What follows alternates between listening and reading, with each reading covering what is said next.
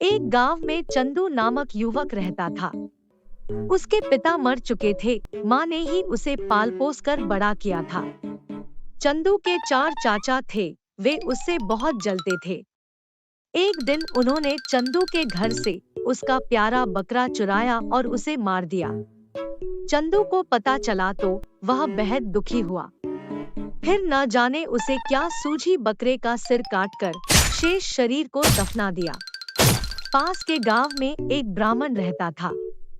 बकरे का कटा सिर उसके आंगन में छिपाकर चंदू ने ब्राह्मण से कहा, आपके घर से तो मांस की बदबू आ रही है। ब्राह्मण गरजकर बोला, असंभव, यदि ऐसा है तो मुझे मांस ढूंढ कर दिखा।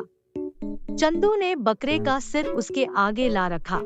ब्राह्मण के तोते उड़ गए। उसने चंदू को बहुत सा धन दिया ताकि वह गांव वालों को उस बात के बारे में न बताए।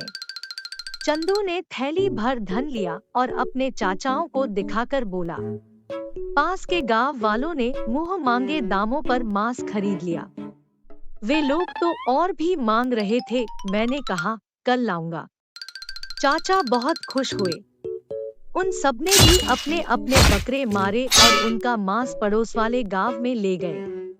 बस गांव वालों ने उन्हें मांस लिए देखा तो जमकर पिटाई की। बौखलाए हुए चाचाओं ने चंदू की झोंपड़ी में आग लगा दी। चंदू और उसकी मां बेघर हो गए। बेचारी मां के आंसू देखकर चंदू तिलमिला उठा। उसने झोंपड़ी की राख इकट्ठी की और एक दूसरे गांव में बेचने जा पहुंचा। ले लो, आग का सुरमा ले लो, इसे लगाकर गड़ा धन मिल जाता है। जिसका ब्याह न होता हो, जल्दी ब्याह हो जाता है। हाथ की हाथ एक थैली सुरमा बिक गया, शेष राख चंदू ने छिपा दी। अपने चाचा के पास जाकर बोला, मेरी तो झोपड़ी की सारी राख बिक गई। चाचा ने हैरानी से पूछा, राख बिक गई? चंदू ने उन्हें पैसे दिखाए। फिर चंदू ने उन्हें उकसाया कि वे भी अपनी झोंपड़ी जलाकर उस गांव में राख बेच आए। सारे चाचा चंदू की बातों में आ गए। चारों ने अपने अपने घर फूंक दिए और राख ले जाने की तैयारी करने लगे। चंदू ने कहा, गांव वालों से कह देना कि हमें सुरमे वाले ने भेजा है। जो ही चारों गांव में पहुंचे और सुरमे वाले का नाम लिया तो सारा गांव उनके पास पहुंच गया। देखते ही देखते सारे लोग उनको मारने दौड़े। बेचारे पिटते पिटते घर लौटे। चारों ने गुस्से के मारे चंदू को मारने की योजना बना ली। उन्होंने चंदू को नदी किनारे रस्सी से बांधा और खुद खाना खाने घर चले गए। उनके जाते ही वहां से एक सौदागर गुजरा। उसने चंदू से पूछा, क्यों भाई, तुम्हें यहाँ क्यों बांधा हुआ है? चंदू ने बात बनाई, जी मेरे चाचा मेरी शादी एक खूबसूरत लड़की से करना चाहते हैं। मेरे मना करने पर मुझे बांध दिया। सौदागर बोला, मैं शादी कर लेता हूँ उस लड़की से, क्या ऐसा हो सकता है? चंदू ने झट से उसे बांधा और उसका घोड़ा लेकर रफू चक्कर हो गया।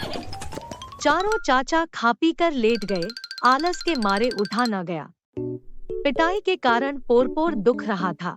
नौकर से बोले, जा तू चंदू को नदी में फेंक आ, हमसे तो उठा नहीं जाता।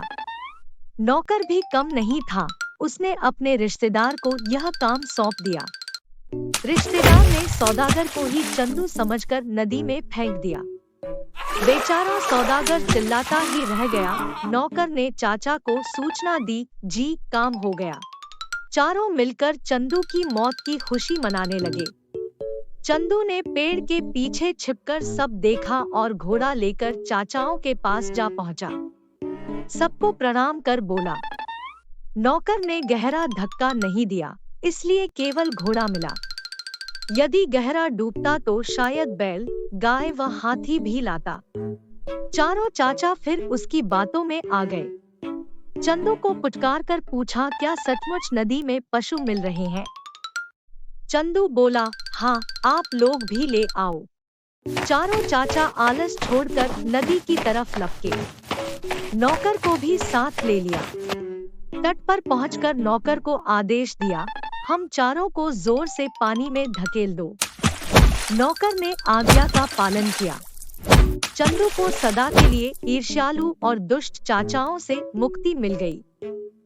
वीडियो को लाइक और चैनल को सब्सक्राइब करना ना भूलना।